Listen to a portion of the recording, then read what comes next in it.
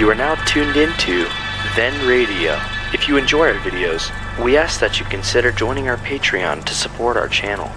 Don't forget to like and subscribe so that you never miss a new video.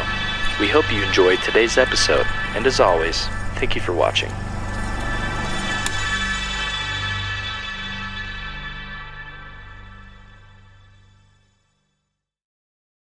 This episode from the life of Sherlock Holmes will be transmitted to our men and women overseas by short wave and through the worldwide facilities of the Armed Forces Radio Service. Petri Wine brings you Basil Rathbone and Nigel Bruce in the new adventures of Sherlock Holmes.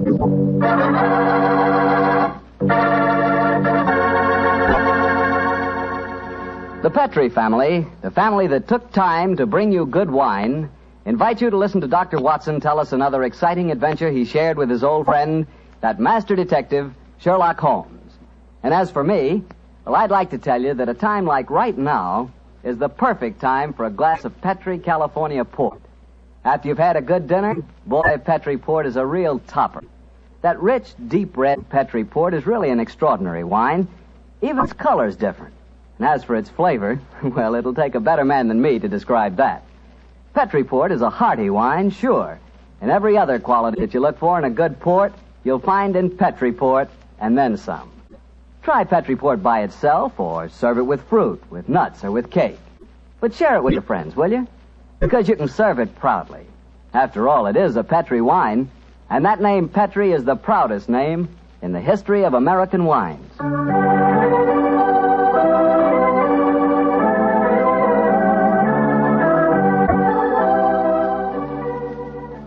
And now let's visit our old friend and host, Dr. Watson. Good evening, Mr. Bartell. Good evening, Doctor. Settle yourself down and get your pipe going. Thanks.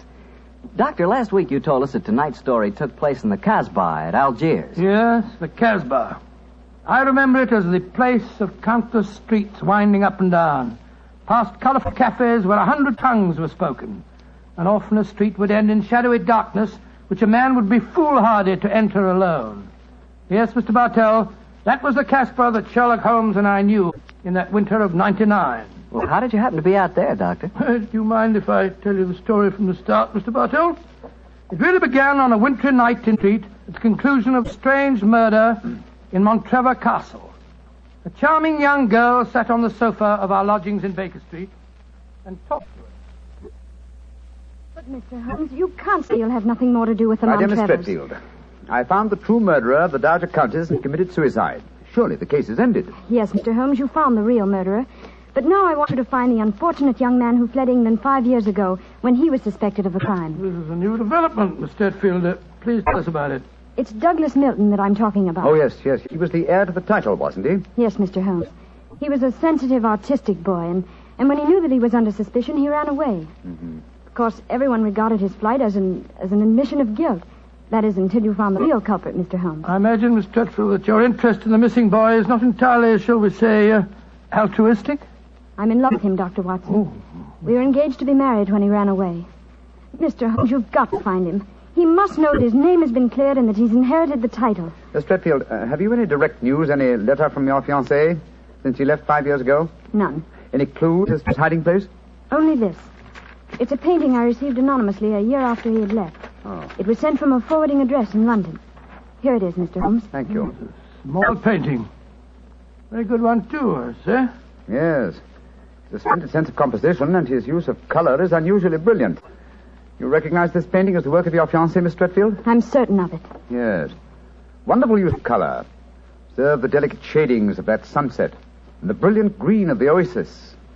This scene is extraordinarily reminiscent of the desert in North Africa. Yes, that's what made me say I was certain he'd gone abroad, Mr. Holmes. But why should he go to North Africa? A good place, Watson, for an Englishman imagines himself to be escaping justice. Remember, the Foreign Legion is stationed there. You think he might have joined the Legion, Mr. Holmes? It would seem logical. No questions are asked of those who join it, and its colorful obscurity might easily appeal to a young fellow in trouble. Hello. What is it, Holmes? Quite a few grains of sand in the canvas in the frame here. Miss Stretfield, do you mind if I pry the canvas loose? Do anything you like, Mr. Holmes, if it gives you any clue to Douglas's whereabouts. Give me your penknife, will you, Watson? Yeah. Thanks, old chap. Here we are. Can you see anything? Uh-huh. Look. The word sheriff. And Elafroun. Stamped here. Sheriff is probably the framer's name, and Elafroun is a town some 50 miles from Algiers. That settles it. Miss Stretfield, I accept your case. Watson and I will go to Africa and try to find your fiancé, Douglas Milton.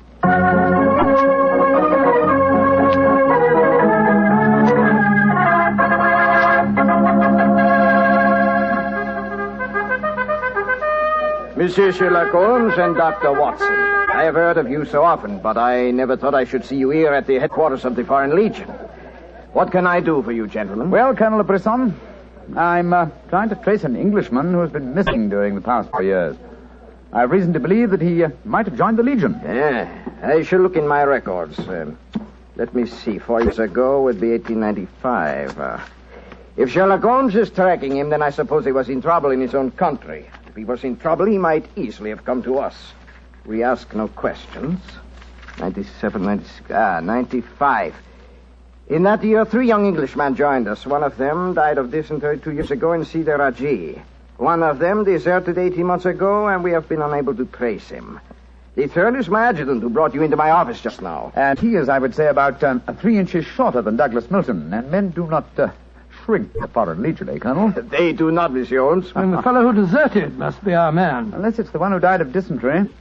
Colonel de Brisson, how would you advise us to set about trying to find a deserter? Monsieur Holmes, there's only one place in Algeria where a man can hide from the Foreign Legion and remain hidden. Oh, and what's that place? The Casbah in Algiers. Then that's our destination, Watson. Be very careful, please, gentlemen. The Casbah is a place where the law is exiled. The police have no jurisdiction there. The only rule is that of strength, violence, and trickery. We shall be very cautious, I assure you. Goodbye, Colonel de Brisson, and thank you for your help.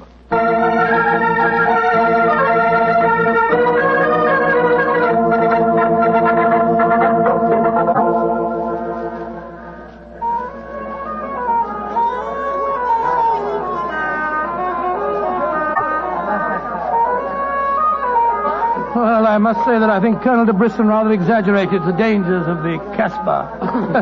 I suppose you're going to tell me this cafe is the headquarters for a dope smuggling ring or white slaving or something.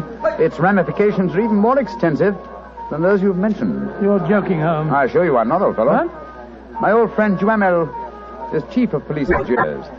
When I told him our mission, he advised me to come here. A 500-franc note, and the proprietor can obtain any and all information regarding the underworld. For as little as 200 francs, he can arrange a murder. So that gives you some idea of the relative values of the Casbah. Good Lord, then you've already spoken to the proprietor? Oh, yes, a charming scoundrelly fellow by the name of Rafi. I gave him 500 francs and asked him to set his underworld grapevine in motion to see whether an Englishman living in hiding here in the Casbah could be found. And I thought we'd come here for a quiet meal. Here, Rafi, now. Let's hope he has news for us. Here we are, Rafi. Come and sit down, won't you?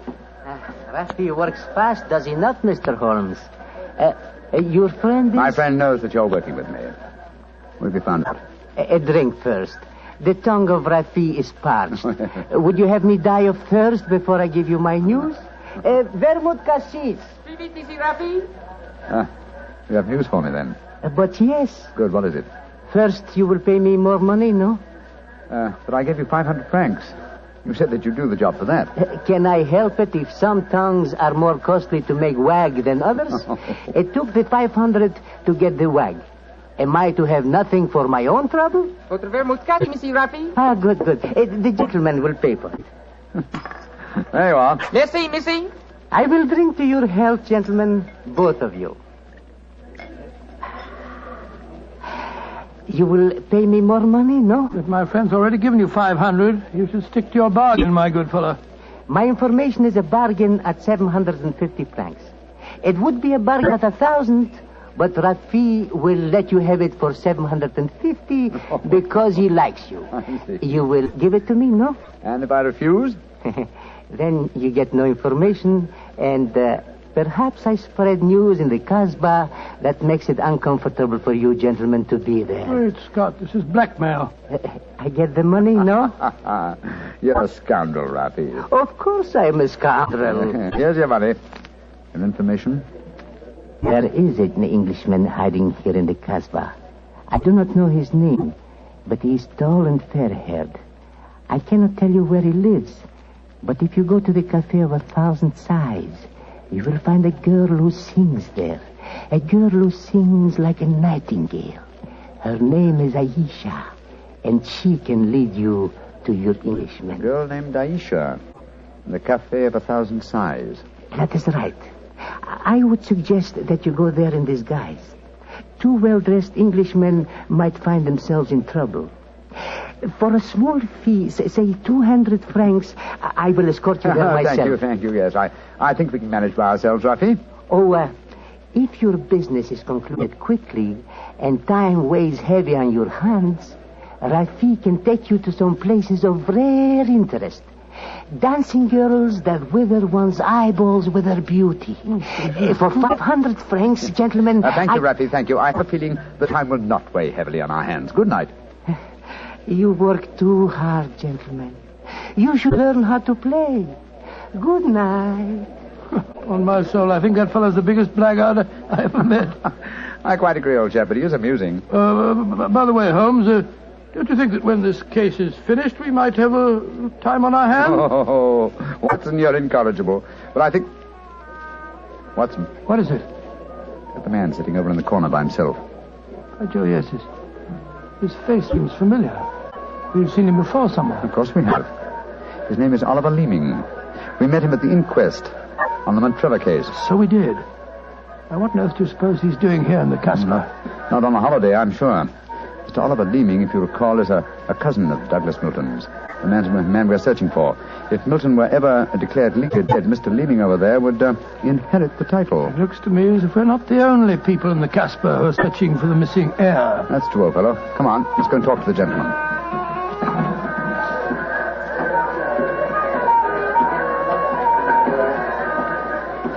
Mr. Oliver Leeming, how very odd to meet you here. Well. Sherlock Holmes and Dr. Watson, won't you sit down?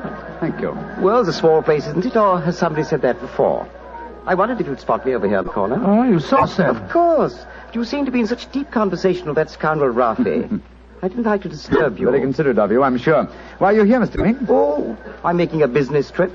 This is my day off. As I recall it, you're in the publishing business. Correct. What a memory you have. It seems peculiar that you should be on a business trip here. Are you planning on opening a publishing house in Algiers, or are you searching the Casbah for new authors? Why not? I'm a great believer in encouraging new talent. Mr. Leeming, why don't you admit that you're here for the express purpose of trying to find your cousin, Douglas Milton? Mr. Holmes, you've discovered my secret. The great Sherlock Holmes and his watchdog have their eagle eyes on me. They know that I succeed to the title if Douglas Milton dies. Yes, Mr. Leeming, we know that fact. And you have fathomed my plan to find Douglas before me and kill him so that I may inherit the title. How lucky I am to meet you in the Casbah, where you cannot arrest me. Well, it's a race against time, gentlemen, but I have a head start, as you will soon find out. Goodbye, and the best of luck to you. Extraordinary fellow. He's joking, of course. I believe not, Watson. I think he labors under the whimsical belief that the best method of discounting the truth is to state it as boldly, so that it will not be believed. Great Scott, then we must work fast. Yes, old chap, we must. I'm sure that we're entrants in a race against death. We must get back to the hotel and into our disguises as quickly as possible. After that, we shall visit a young lady named Aisha in the Cafe of 1,000 Sighs. And I'm certain, Watson, that it will be the first time 2 men have ever entered the Casbah for the express purpose of preventing a murder.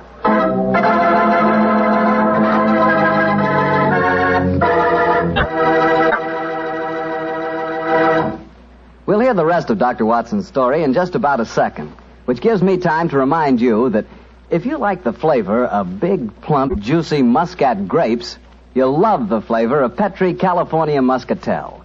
What a wine. Petri Muscatel is the perfect after-dinner wine. It looks good, smells better than it looks, and when it comes to the taste department, well, you never tasted anything like it.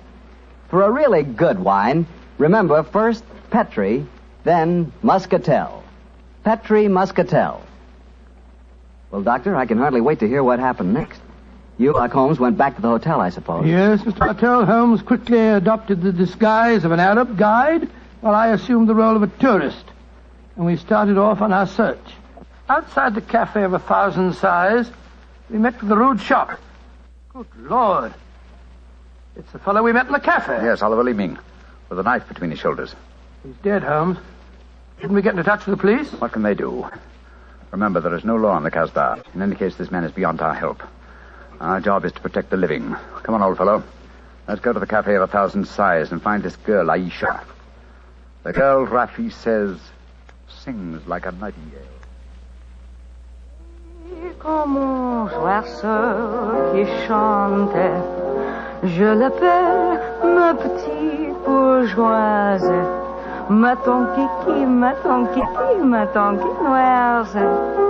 Il y en a d'autres qui me font le doux yeux, mais c'est elle que j'aime le mieux.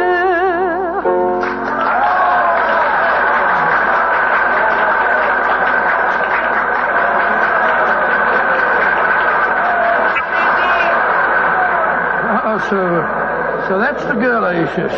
She's very beautiful. Don't forget our role of tourist and guide, old chap. Master, would wish to meet this Aisha?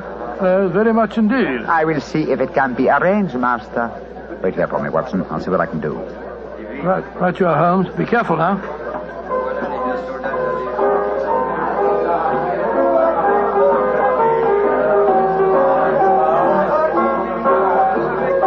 Mademoiselle Aisha? What do you want, greasy one? There is an Englishman at the table over there. He wishes to talk to Aisha. Which one is he? The man who sits at the table in the corner. He is very rich, Aisha, and he admires you a great deal.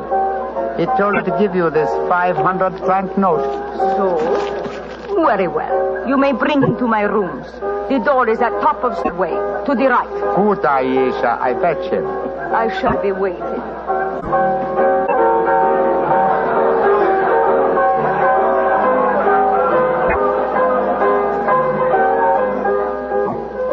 Aisha will see you, Master. Follow me, please. Oh, very well. I hope you know that you're going to handle this, Holmes. Don't worry, Watson. In this case, I think honesty will be the best policy. Well, I'm not so sure. This place is a thieves' kitchen if ever I saw one. You better be careful. First door to the right at the top of the stairs. This is it. Come in. Oh, come and sit over here, Mr. Englishman. Greasy one, you may leave us. Mademoiselle, I may as well tell you at once that I am not an Arab guide. My name is Sherlock Holmes. What do you want with me? Why you trick your way in here? Don't be frightened, mademoiselle. I can explain our mission in a very few words. My friend and I have come in search of an Englishman by the name of Douglas Milton. We have good news for him. What make you think I might know of him? A gentleman by the name of Rafi suggested that you might. What is your good news for this Englishman? That he has been cleared of suspicion of murder and that he is the rightful Earl of Montrevor. That means when he knows this, he will leave the Casbah and return to his country? Naturally, madame. I do not know this man. I have never heard of him. Here is your 500 francs. Goodbye. Not so fast, Aisha, mon petit chou. I've been listening from behind these curtains. Gentlemen, allow me to introduce myself. My name is Douglas Milton. Douglas Milton, we found you at last. It gives me infinite pleasure to have succeeded in my mission. How do you do, sir? Oh, this is very exciting. Yes, I think the occasion calls for a drink. What will it be, gentlemen? Well, I think a glass of port would be very nice, sir. Yes, it would be the most appropriate for toasting the new Earl of Montrevor. Splendid, splendid. Aisha, 10 glasses and a bottle of port and some creme de menthe for me. You are not going to England. I will never let you leave me. Oh, stop being so melodramatic, Aisha. Please bring 2 bottles and some glasses. Very well. I am sorry. Mr. Holmes, I can't tell you how I appreciate your trouble in coming all this way to find me. Well, I must tell you at once, there's one problem that makes it difficult for me to leave this country. You see, I deserted from the Foreign Legion. Yes, we know that, my boy. In fact, that's how we first got onto your trail. I shouldn't let that fact worry you, Mr. Milton. I'm certain the British consul in Algiers can arrange to have any charges dropped against a peer of the realm. Oh, well, I never thought of that. Here are the bottles. You must excuse the glasses, gentlemen. Tumblers are hardly correct, I suppose, but... Well, they won't spoil the flavor, I'm sure. 2 glasses of port and creme de menthe for me. Only 3 glasses, Aisha? Bring a glass for yourself. I do not wish to drink. And I insist that you do. Bring a glass, Aisha. Why should I drink if you are leaving? Mr. Milton, do you know Oliver Leeming? Of course, he's my cousin. Yes, he came here half an hour ago and threatened me. Did you also know that he's lying dead in the street? Murdered? Well, yes, I did. If we went in the Casbah, I wouldn't tell you this, but Aisha stabbed him. She followed him when he left here. He killed him and then slipped back just in time to sing us a few moments ago. Oh, you needn't look so shocked, Dr. Watson. Life is cheap in the Casbah, and Aisha is a girl of violent passions. Come on, let's drink. A toast to the new Earl of Montrevor. Oh, excuse me, sir. You took the wrong glass. You were drinking my port. Oh, silly mistake. I can't bear port. Very English of me, I'm afraid, but, well, after all these years, I don't feel particularly English. In fact, I'll probably find it very hard to adjust myself to the old life when I go back. Or perhaps I should say, if I go back. Since you feel that way about it, Mr. Milton, why go? You can claim the title and the revenues of the estate without leaving Algeria. You could stay here and live on the income. I didn't realize that would be possible. You sure I could do that? Oh, yes, I'm quite certain of it. But if you doubt my word, I suggest we all adjourn to the British consulate in Algiers. They can put you straight on the matter. That's a good idea. Let's go over there at once. Now I've been listening to you, my friend. You're planning to leave me. Once you go from the castle, I'll never see you again. Put down that knife, Aisha. I will not let you go. You belong to me. If you try to leave me now, I will kill you. Put down that knife, Aisha. You've done enough damage for one night. Put it down, you fool. Put it down. Let me go. Let me go. She twisted the knife on herself as she fell. Holmes, help me turn her over. She's dead, Mr. Milton. Poor Aisha. It's a bloody path that leads to the Montrevor title, sir. I suggest that we see that the poor girl's body is taken care of. And then go to the British consulate without any further delay.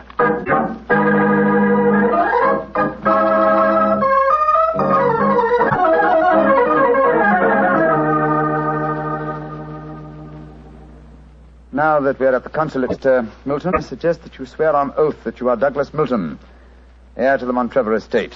This gentleman is a commissioner of oaths. Then we can go in and see the consul. Very well. Now, raise the right hand, please, and repeat after me. I hereby solemnly swear that I am Douglas Milton, the missing heir to the Montrevor estate. I hereby swear that I am Douglas Milton, missing heir to the Montrevor estate. Thank you, sir. And now, if you'll sign the statement here, these gentlemen can witness it. There you are. Thank you, sir. And now, if you gentlemen will sign. Yes, certainly. Thank you, gentlemen. The document is now legal. Splendid. Now let's go over and see the consul. Not yet, my friend. Watson, this man is not Douglas Milton. What the devil are you talking about? There is no law in the Casbah, sir, so you cannot be punished for the 2 murders you committed there. But now that your avarice has tempted you here to Algiers, where you've been foolish enough to sign a false statement, I think we can at least settle you very nicely for desertion, false impersonation, forgery, and perjury. Holmes, what do you mean? The story should be obvious, fellow. Oliver Leeming did track down the deserter.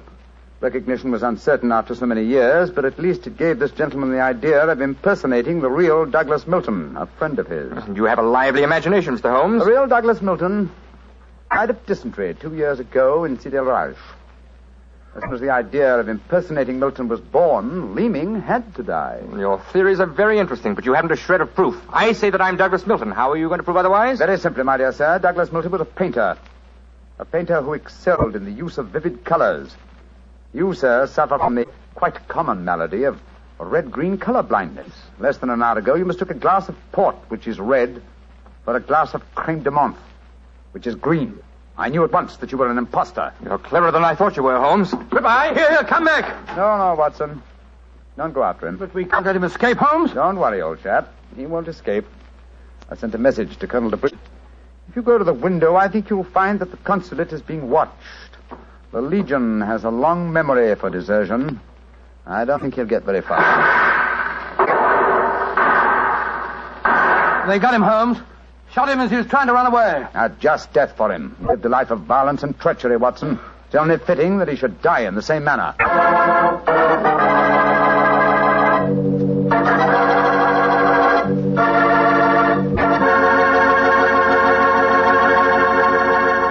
Doctor, that was a swell story, but you know something? I wish you hadn't disillusioned me about the Casbah. Disillusioned you? What do you mean? Well, before I heard your story, whenever somebody mentioned the Casbah, I'd always visualize a very glamorous, romantic sort of place full of beautiful women.